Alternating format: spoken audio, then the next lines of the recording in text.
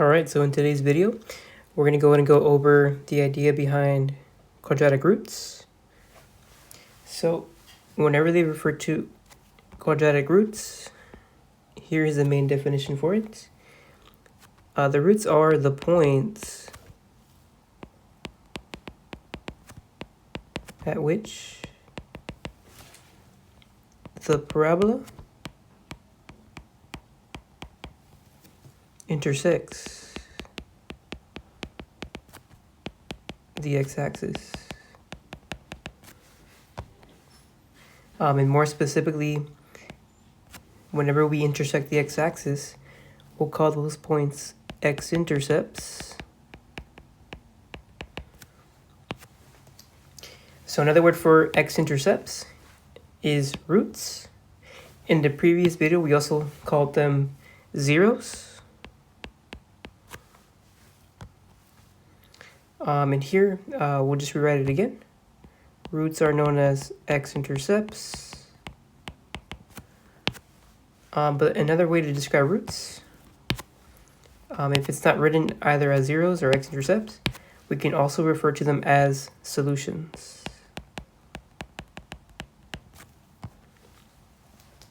So for a quadratic, there can be different types of solutions. If you look at this first graph right here, they want you to draw a little graph of a situation where you have two solutions. In other words, two x-intercepts. There are many examples of this. You can have one going up like that. You can have one going down. But here, we'll just work with this one. Let's just say we have a parabola going up. Notice in this case, we have two x-intercepts on this little graph. So because we have two x-intercepts, we'll have two solutions for this graph. Let's go over to the one solution case. An example of one solution would be where the parabola hits the x-axis only once. So it sort of touches right there, but then it bounces off.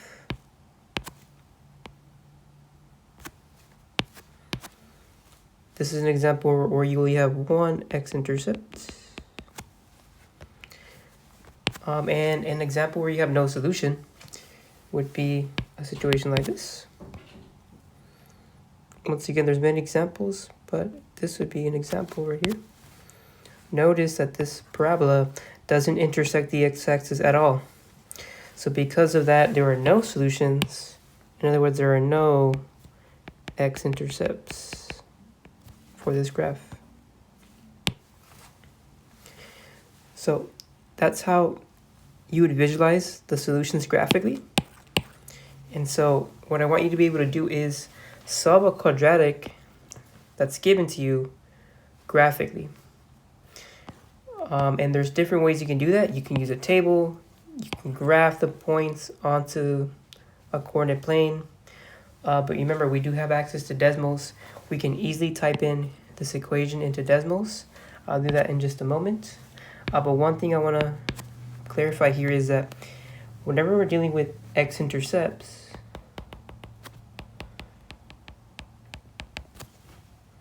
the y value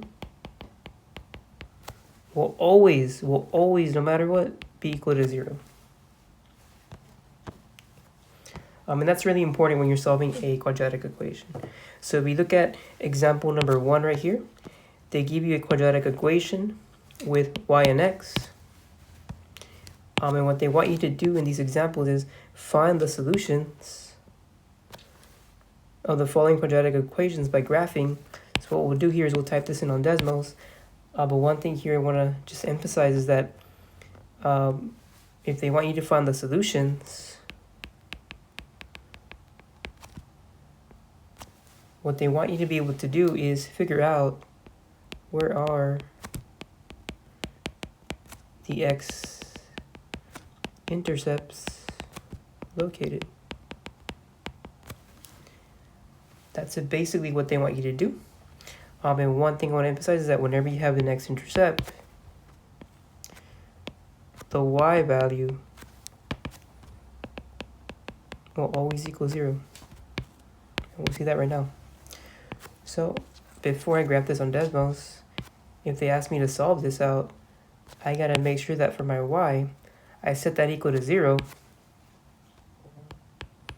Set y equal to 0.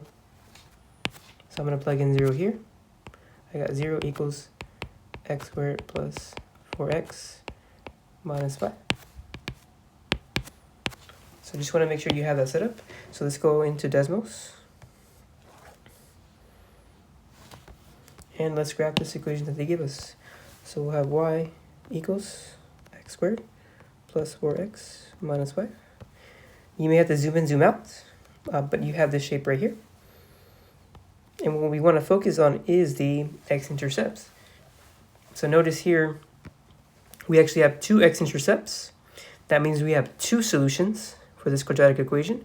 What's nice about Desmos is that it'll give you those coordinate points, those x-intercepts.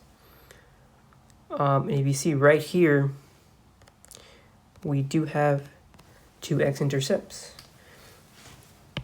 One at -5, 0, and then at 1, 0. So, going back to number 1 here, our x-intercepts are going to be located at x equals -5 and at x equals 1. These would be the solutions to this quadratic equation. And notice here that the y value is always going to be 0. And that's one thing I want to emphasize. So here you can either list them out like this, or you can list them out using the curly bracket notation we talked about a while back. You just put in the 2x values separated by a comma, close the bracket. Let's look at number 2. I'll erase this. Number 2, same idea. They want you to find the solutions for this equation. That means they want you to find the x-intercepts. So I want to make sure I set my y equal to 0. And then I'll graph this equation on Desmos. So we have y equals x squared minus 2x plus 1. Notice here, though, that this graph will only touch the x-axis at one point, specifically at 1, 0. So here the solutions for this quadratic equation are x equals 1, and that is the only solution that we have there. So here we have x equals 1. Okay. And we'll look at one more example on the graphing. Example number 3, same idea. I gotta make sure I set my y equal to 0 because I'm trying to find the x-intercept, which are the solutions to this equation. If I type this one in, well, y equals -x squared plus 2x minus 3. You may have to zoom in, zoom out, but notice in this specific case, for example, number 3, we don't hit the x-axis at all. So in this case, there are no x-intercepts. Therefore, there are no solution. No solutions. So the answer here is no solutions. I'll also accept the symbol with a slash on it, 0 with a slash on it. Or you can also say empty set. And so when I'm coming up here using curly bracket notation, what we'll do is we'll put nothing inside. And that's how you would represent it. We have an empty set. There's no solution in there. All right. So that's how you would solve a quadratic equation graphically. You can use Desmos to help you out. Let's go over to the back of this worksheet. There's one more idea I want you to be thinking about that'll be very important very soon. But let's just say you don't have access to graphing technology and you still want to figure out the number of solutions for the quadratic equation that you're given. There is another way we can go around that without graphing, and that is by using what is known as the discriminant. The discriminant has a specific formula. I'll write it out right now. But here is what the discriminant allows us to do. It is used to determine the number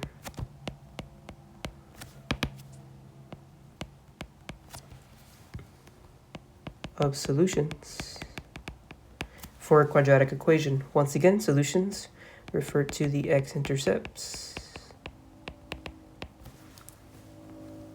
So if we didn't have access to graphing technology, what the discriminant tells us to do is use this formula.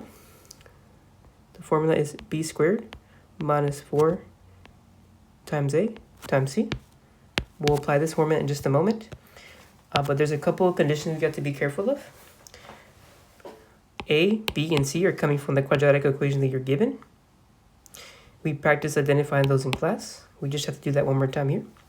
But whatever we get from this value, from this formula, when we plug in our A, B, and C, we have to determine what category we're in once we evaluate the discriminant. So if this value turns out to be greater than 0, then according to the discriminant, we're going to have 2 solutions or 2 x-intercepts. If we use the discriminant and end up getting 0, there will only be 1 solution or 1 x-intercept. If what we plug in here is less than 0 or negative, then according to the discriminant, we'll have 0 solutions, no x-intercepts. So here on this bottom piece, I'm going to go over 3 examples right here, applying this formula.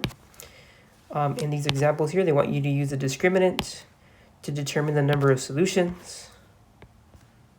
Once again, solutions refer to the x-intercepts.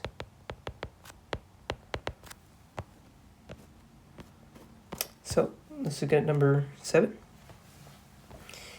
In number 7, they want you to categorize how many solutions this quadratic equation has by using the discriminant formula right here.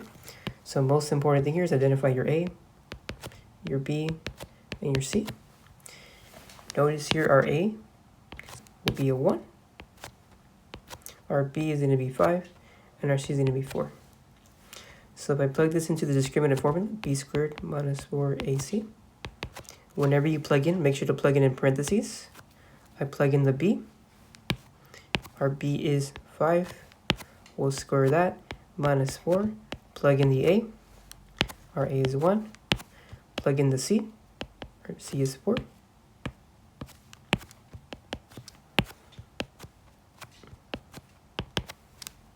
You can evaluate this by hand, or you can use a calculator, however you like.